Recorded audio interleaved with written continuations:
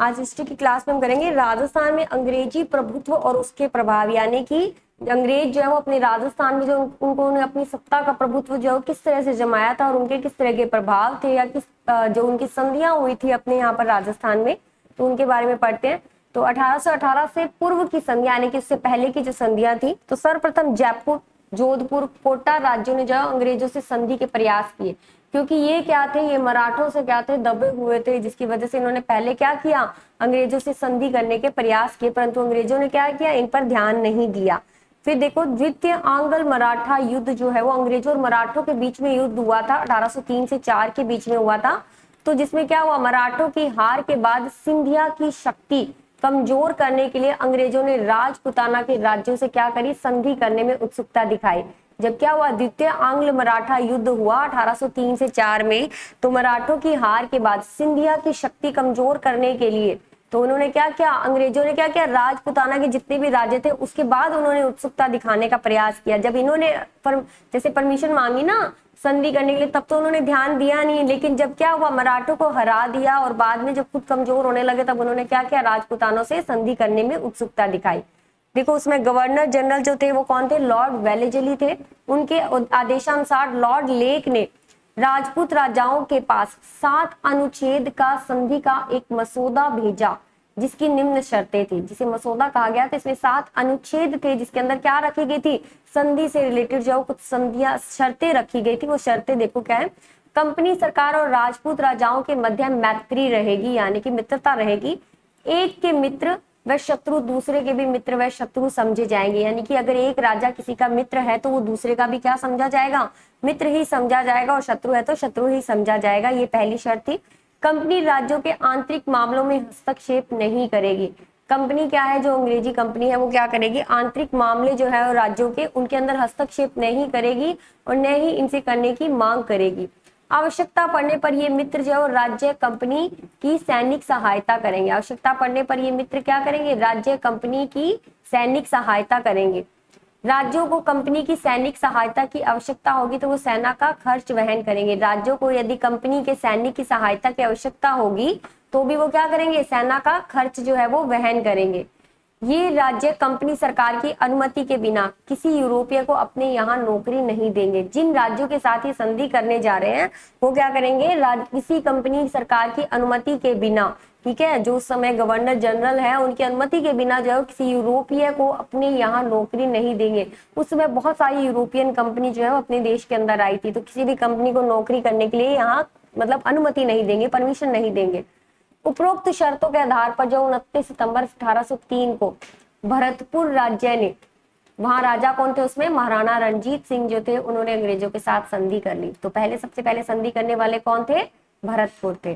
फिर 14 नवंबर 1803 को अलवर के महाराजा बख्तावर सिंह ने संधि की, ठीक है। सबसे पहले 29 सितंबर को किसने की, 1803 में भरतपुर, और फिर उसके बाद अलवर। फिर 12 दिसंबर 1803 को जयपुर नरेश जगत सिंह द्वितीय ने संधि की, ठीक है। क्योंकि ये भी किससे परेशान थे, ये मराठों से परेशान थे, क्योंकि वो क्या करते थे, इनसे जैसे एक निश्चित राशि की जो है इन्होंने मांग कर रखी थी, जो ये दे नहीं पा रहे थे। तो इसके भी कई राजाओं ने भी कैसे क्या है कि इसकी वजह से काफी, जैसे एक तो ईश्वरी सिंह ही जो थे, जिन्होंने क्या करी थी, अपनी जान दे दी थी जो मराठों के कारण। तो बाद में इन्होंने क्या किया, इसी वजह से क्या है, मराठों से परेशान होकर इनसे संधि कर ली थी। फिर 22 दिसंबर 1803 को जोधपुर महाराजा मान सिंह ने संधि की। देखो 1803 में कितनों ने कर ली, जोधपुर ने कर ली, जयपुर ने कर ली, अलवर ने और भरतपुर में। 1803 में इन 4 राज्यों ने जो है वो अंग्रेजों के साथ संधि कर ली थी। फिर 1804 में देखो धौलपुर महाराजा किरत सिंह बने थे, और किरत सिंह बनने ने क्या की थी, संधि की थी। उदयपुर व कोटा राज्यों के संधि प्रस्ताव को लॉर्ड वेलेजली ने कोई उत्तर नहीं दिया। उसमें क्या किया, उदयपुर और कोटा राज्य जो थे, इन्होंने तो, जबकि सबसे पहले कोटा ने तो पहले शर्त रखी थी, ठीक है, लेकिन इनकी संधि को इन्होंने कोई जो है वो उत्तर नहीं दिया लॉर्ड वेलेजली ने। 1805 में कांड विलास गवर्नर जनरल बना व इनसे देसी रियासतों के साथ भी की गई संधियों को रद्द कर दिया गया। जब कौन विलास जनरल बने तो इन्होंने क्या किया, इन्होंने जितनी भी देसी रियासतों के साथ संधि की थी ना, सारी की सारी इन्होंने रद्द कर दी। मगर उस क्या हुआ, थोड़े टाइम बाद इनकी मृत्यु हो गई।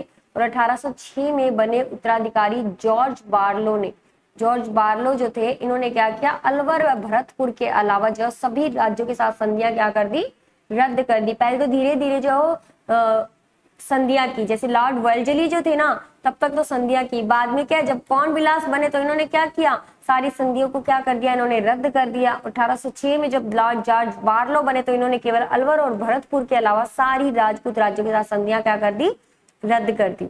फिर देखो भरतपुर राज्य के साथ कंपनी के संबंध। उत्तर भारत में भरतपुर ही प्रथम राज्य था जिसके साथ ईस्ट इंडिया कंपनी ने संधि की थी। तो चाहे आप पहले मानो या बाद में मानो, सबसे पहले संधि इन्होंने किसके साथ की थी, भरतपुर के साथ की थी। और सेकंड कौन सी थी, अलवर थी। भरतपुर राज्य को इस संधि के मराठों को दिए जाने वाले खिराज यानी कि कितने रुपए, 2 लाख रुपए वार्षिक से मुक्ति मिल गई थी। एक बार तो मुक्ति मिल गई थी, लेकिन बाद में क्या है, अंग्रेजों ने इनसे भी पैसे हड़पने शुरू कर दिए थे। 1804 में होलकर ने भरतपुर को कुछ नए परगने देने की बात कही तो रणजीत सिंह ने कंपनी के साथ की गई संधि का त्याग करके होलकर का साथ दिया। 1804 में क्या हुआ, होलकर ने भरतपुर को कुछ नए परगने देने की बात की। ठीक है, जब होलकर ने नए परगने बात दी तो इसने क्या किया, कंपनी के साथ तो संधि तोड़ दी और होलकर के साथ क्या कर ली, संधि कर ली। 23 दिसंबर 1804 को जनरल लेक ने भरतपुर व होलकर पर आक्रमण कर उनको पराजित किया। जनरल लेक ने क्या किया, भरतपुर व होलकर पर आक्रमण कर पराजित किया। और 10 अप्रैल 1805 को रणजीत सिंह ने अंग्रेजों के साथ क्या कर ली, संधि कर ली। लॉर्ड हेस्टिंग के काल में क्या हुआ, भरतपुर के साथ जो है वो मैत्री और सहयोग की नीति जो है वो अंग्रेजों ने अपनाई थी। फिर देखो अलवर राज्य के साथ कंपनी के संबंध कैसे थे। अलवर के शासक बख्तावर सिंह ने 14 नवंबर 1803 को ईस्ट इंडिया कंपनी के साथ क्या की, संधि की। अलवर राज्य ने कब की, इसके शासक कौन थे, बख्तावर सिंह थे। और 14 नवंबर को चिल्ड्रंस डे वाले दिन 1803 को क्या किया, ईस्ट इंडिया कंपनी के साथ क्या की, संधि की। 19 दिसंबर 1830 को गवर्नर जनरल ने इस संधि की पुष्टि की और संधि के तहत अलवर राज्य को क्या कर दिया, खिराज से मुक्त रखा गया। ठीक है, खिराज जो पैसे लेते थे उससे मुक्त रखा गया इनको। फिर देखो 1818 की संधियां हैं। इस समय गवर्नर जनरल कौन थे, लॉर्ड हेस्टिंग थे। अब इसकी सामान्य शर्तें, इसकी भी कुछ सामान्य शर्तें थी, जिसमें देखो ईस्ट इंडिया कंपनी और संधिकर्ता राज्य के मध्य सदैव मित्रता के संबंध रहेंगे। संधिकर्ता राज्य की रक्षा करने का दायित्व ईस्ट इंडिया कंपनी का होगा। ये सारे ही नियम क्या है, संधि करने के बाद सब उल्टे हो जाएंगे। संधिकर्ता राज्य कंपनी का आधिपत्य स्वीकार करेगा तथा कंपनी सरकार के अधीन रहते हुए सदैव क्या करेगा, सहयोग करेगा। संधिकर्ता राज्य अन्य किसी राज्य से राजनीतिक संबंध नहीं रखेगा। शासक अपने राज्य के स्वतंत्र स्वामी होंगे और कंपनी इस मामले में कोई हस्तक्षेप नहीं करेगी। सबसे पहला काम यही करेंगे ये, हस्तक्षेप करने का, जिसके कारण क्या होगी, 1857 की क्रांति होगी। जो राज्य पहले मराठों को खिराज देते थे वे राज्य अब कंपनी को खिराज देंगे। ठीक है, तो ये सारी की सारी क्या थी, इनकी जो 1818 के बाद जो इन्होंने संधियां की उनकी शर्तें थी, जो कि बाद में क्या बनेगी, 1857 की क्रांति का कारण बनेगी यही शर्तें सारी की सारी। फिर एक करौली के साथ संधि है। सर्वप्रथम 9 नवंबर 1817 को अंग्रेजों ने करौली के शासक हरबख्शपाल सिंह के साथ मित्रता और सहयोग की संधि की। तो 1818 के बाद अगर संधि सबसे पहले पूछी जाती है तो वो कौन सी हो जाएगी, करौली के साथ संधि हो जाएगी। ये शर्तें जब लागू की थी उसके बाद कंपनी ने करौली को खिराज देने से मुक्त रखा। फिर एक टोंक राज्य के साथ, ये 15 नवंबर 1817 को हुई। राजस्थान में उत्पात मचा रहे अमीर खान पिंडारी को अंग्रेज कंपनी नवाब की उपाधि दी और उसे टोंक का शासक बना दिया। ठीक है, राजस्थान में उत्पात मचा रहे अमीर खान पिंडारी को क्या किया, अंग्रेजी कंपनी ने नवाब की उपाधि दी और उसे टोंक का शासक बना दिया। एक तरह से क्या हो गया, वो उनके साथ संधि हो गई। तो अंग्रेजी अधिकारी चार्ल्स मैटकॉफ ने 15 नवंबर 1817 को संधि पर हस्ताक्षर किए। फिर कोटा राज्य के साथ संधि है। 29 दिसंबर 1817 को चार्ल्स मैटकॉफ व कोटा के शासक झाला जालिम सिंह के बीच 26 दिसंबर 1817 को संधि पर हस्ताक्षर हुए और 20 फरवरी 1818 को इस संधि में 2 पूरक धाराएं जुड़वाकर 7 मार्च 1818 को गवर्नर जनरल से स्वीकृति प्राप्त करके कर ली। और ये धाराएं क्या थी, पहली तो थी महाराज उमेद सिंह के बाद उसका ज्येष्ठ पुत्र क्या बनेगा, उसके वंशज कोटा का शासक होगा। पहली संधि तो इन्होंने ये रखी, धाराएं रखी ना, 2 धाराएं रखी संधि में जो शर्तें थी उसके अलावा, कि महाराज उमेद सिंह जो है उनका ज्येष्ठ पुत्र यानी कि बड़ा पुत्र जो होगा उसके वंशज के क्या होंगे, शासक होंगे। राज्य की समस्त सत्ता पर झाला जालिम सिंह और उसके वंशजों का क्या होगा, अधिकार होगा। तो ये 2 धाराएं इन्होंने रखी थी। संधि की धाराओं से महाराज उमेद सिंह और जालिम सिंह के मध्य मंगरोल के युद्ध का कारण बना। ठीक है, इन्हीं धाराओं के कारण क्या हुआ, महाराज उमेद सिंह और जालिम सिंह के मध्य क्या हुआ, मंगरोल का युद्ध हुआ और अंग्रेजों की सहायता से झाला जालिम सिंह इसमें क्या रहे, विजय रहे। और विजय रहने के बाद क्या हुआ, ये इनकी तरफ मिल गए। फिर है जोधपुर राज्य के साथ संधि, ये 6 जनवरी 1818 को हुई और 6 जनवरी 1800 कंपनी सरकार और जोधपुर के मध्य संधि हुई और इस पर महाराज मान सिंह की ओर से युवराज छत्र सिंह, विष्णु राम व्यास और अभय राम व्यास ने जो है हस्ताक्षर किए थे इस संधि के ऊपर। राजा तो थे मान सिंह और इसकी ओर से किया कितने था, 3 लोगों ने जो संधि पर हस्ताक्षर किया था। एक तो युवराज छत्र सिंह थे, विष्णु राम व्यास थे और अभय राम व्यास थे, इन तीनों ने हस्ताक्षर किए थे। फिर उदयपुर राज्य के साथ संधि 13 जनवरी 1818 को हुई थी। इस संधि में कंपनी की ओर से चार्ल्स मैटकॉफ और महाराणा भीम सिंह की ओर से ठाकुर अजीत सिंह ने हस्ताक्षर किए थे। इस संधि में कंपनी की ओर से तो कौन थे, चार्ल्स मैटकॉफ थे और महाराणा भीम सिंह की ओर से कौन थे, ठाकुर अजीत सिंह थे। ठीक है, इन्होंने हस्ताक्षर किए थे। गवर्नर जनरल लॉर्ड हेस्टिंग ने 22 जनवरी 1828 को क्या कर दी थी, संधि की पुष्टि की थी। फिर बूंदी राज्य के साथ संधि तो 10 फरवरी 1818 को हुई थी। ठीक है, और शासक कौन थे, बिशन सिंह थे। बूंदी के शासक कौन थे उस समय, बिशन सिंह थे। बीकानेर राज्य के साथ संधि 21 मार्च 1818 को हुई थी और इस संधि में बीकानेर के राजा की तरफ से काशीनाथ ओझा ने हस्ताक्षर किए थे तथा ब्रिटिश कंपनी की ओर से चार्ल्स मैटकॉफ ने, लगभग क्या है, चार्ल्स मैटकॉफ ने ही हस्ताक्षर किए हैं हर जगह।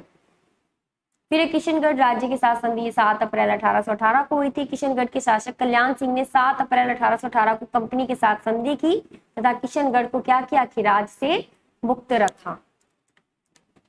नेक्स्ट है जयपुर के साथ संधि 15 अप्रैल 1818 को। जयपुर महाराजा जगत सिंह ने 15 अप्रैल 1818 को अंग्रेजों के साथ संधि कर ली थी। फिर जैसलमेर राज्य के साथ संधि 1 दिसंबर 1818 को। जैसलमेर के शासक मुगल राज ने 1 दिसंबर 1818 को अंग्रेजों से संधि कर ली थी। फिर प्रतापगढ़ राज्य के साथ संधि 5 अक्टूबर को हुई थी। ठीक है, शासक कौन थे, सामंत सिंह थे। फिर डूंगरपुर राज्य के साथ संधि 11 दिसंबर 1818 को हुई थी और शासक कौन थे, जसवंत सिंह द्वितीय थे, जिन्होंने अंग्रेजों के साथ संधि की थी।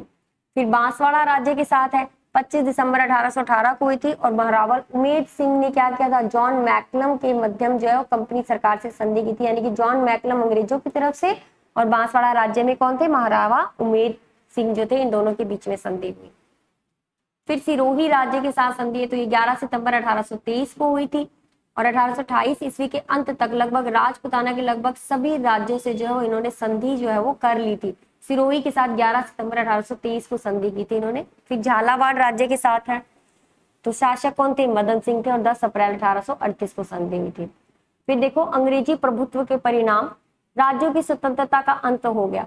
ठीक है, अंत होना ही था क्योंकि सारा कुछ क्या है, सारा कुछ तो अंग्रेजों के हाथ में आ गया था। खिराज की वसूली, ब्याज, सैन्य टुकड़ियों का खर्च चुकाने के कारण आर्थिक स्थिति क्या हो गई थी, खराब होने लगी थी, क्योंकि जितनी भी सैनिक टुकड़ियां थी उनका खर्च उठाने का काम भी किसका था, राजाओं का ही था। और इसके अलावा क्या होता, कोई युद्ध वुद्ध नहीं होते थे, सब राजा क्या होते, आलसी हो गए थे एक तरह से। ठीक है, तो वो क्या है, खिराज की वसूली और स्वतंत्रता का अंत और इसके अलावा क्या है, अंग्रेजों का हस्तक्षेप होना, तो सारे कारण जो है वो बाद में इसके परिणाम हुए थे। आम जनता पर अंग्रेजों के विचार व संस्थाएं जो है वो थोपने का प्रयास किया गया, क्योंकि जितने भी इनके विचार थे ना वो क्या कर रहे थे, ये जो उनकी प्रथाएं थी उन सबको खराब करना था, प्रथाएं जो वो सब छोड़ दी जाए। तो सामंतों के विशेष अधिकारों पर भी प्रभाव पड़ा इसका। अंग्रेजों द्वारा राज्यों के आंतरिक प्रशासन में हस्तक्षेप,